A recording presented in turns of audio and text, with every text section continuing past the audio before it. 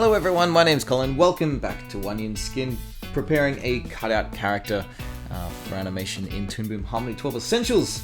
Previously we just set up the pivot points in a Toon Boom Studio version, and I'm going to do pretty much the same thing in Harmony Essentials. So pretty much the same steps. We're going to be sorting out pivot points and sort of anything layery that isn't done yet, so we can get it moving.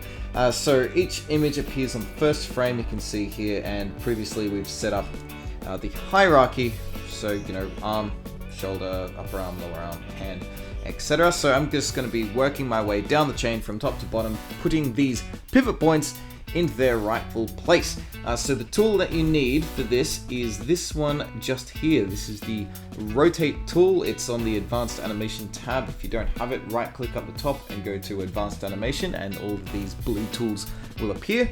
The free transform tool here also does kind of work, but it's kind of an all-in-one. It does, you know, squash and stretch, movement and rotating, and if you don't have your mouse in just the right spot, it can do the wrong task.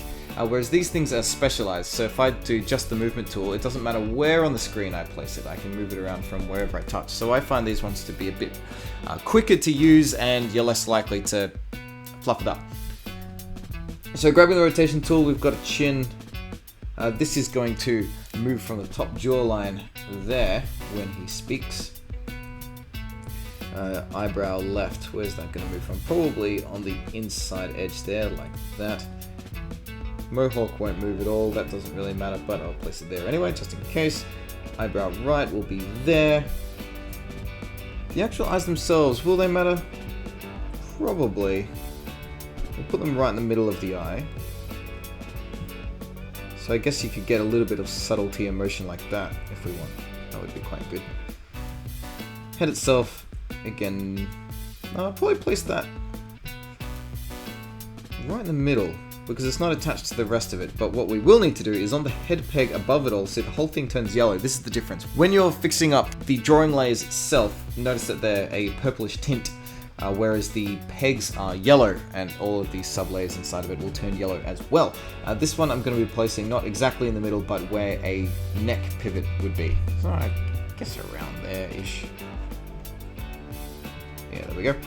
Alright, so shoulders next. So again, this moves the whole piece, so I want this to be where a shoulder would go. Around about around there. Yeah, there we go.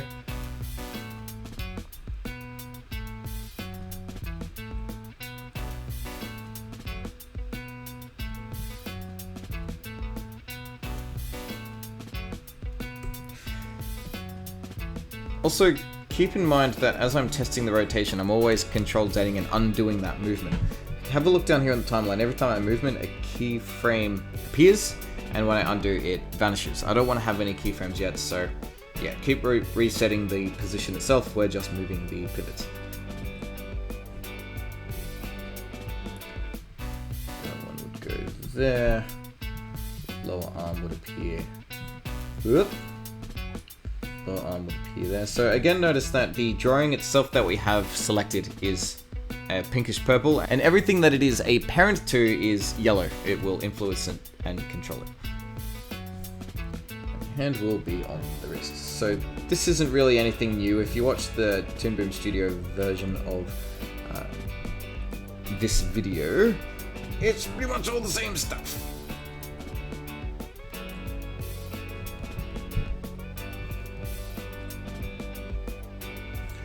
Chest section, I think we'll move. Where should that move from? Yeah, on the waist about there.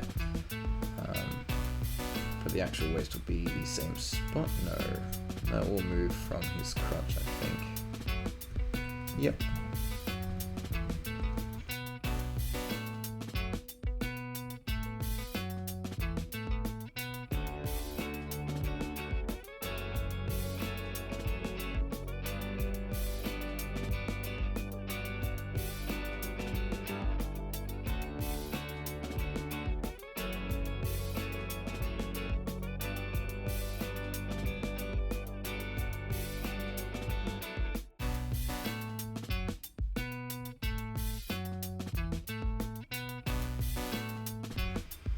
Take note that I'm comparing the two legs to one another so that they are as mirrored as possible. So when they start moving, nothing bizarrely inconsistent will happen.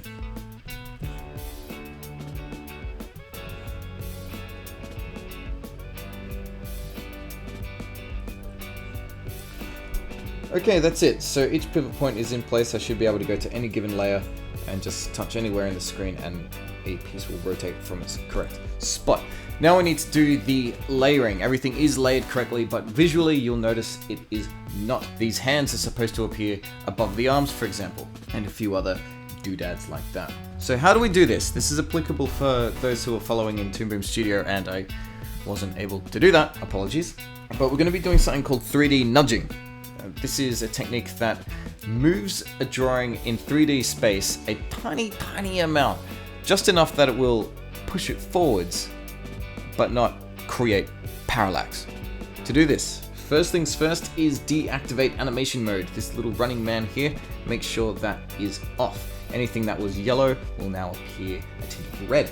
Okay, with animation mode switched off, it can be a risky thing because you're altering 0.0 of any given layer. Once it's done, that's pretty much it. But I trust you, so watch closely. We've got top view open. This will kind of show what we're doing in a 3D space, but the movement is going to be so minuscule that it's barely even going to be visible here.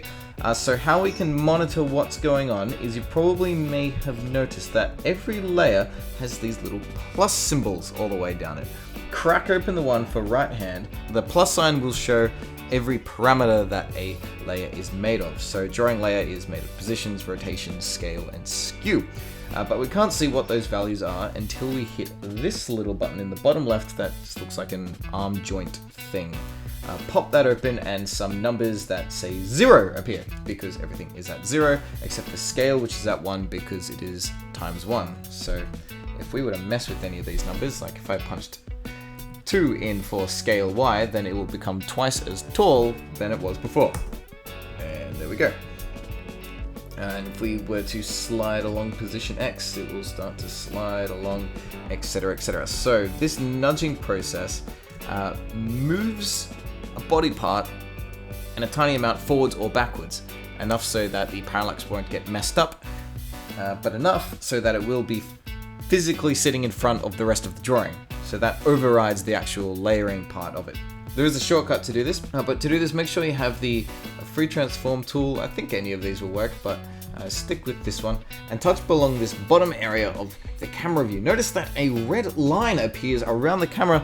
This means that we are now ready to move artwork around, and this shortcut will work. So hold down the Alt key, the Option key, whatever kind of computer you have, and press down on the arrow keys. You'll notice here on position Z it has changed to 0.001 or something to that effect. Does it matter according to your...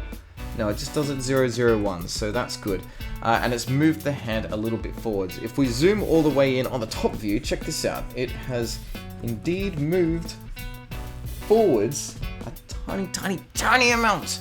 Enough to lose track of, indeed. So, we're going to do this for all the layers that require it. With the free transform tool selected, it means that we can touch on layers and select them as we need to. So this hand as well will be Alt down. Notice that we're pressing down to bring it forwards, not up. That is a bit confusing at first because you would think up is up in the hierarchy, right? So think of it more like, you know, the up and down arrow keys are pointing away from you and towards you. So by pressing down, you are pulling the layer towards you.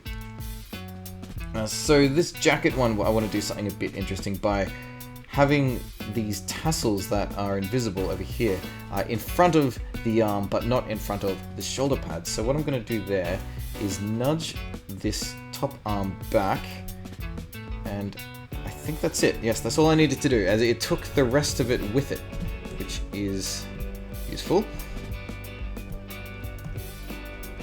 And I'm also going to bring these lower legs forwards as well. I think that's all we need to do.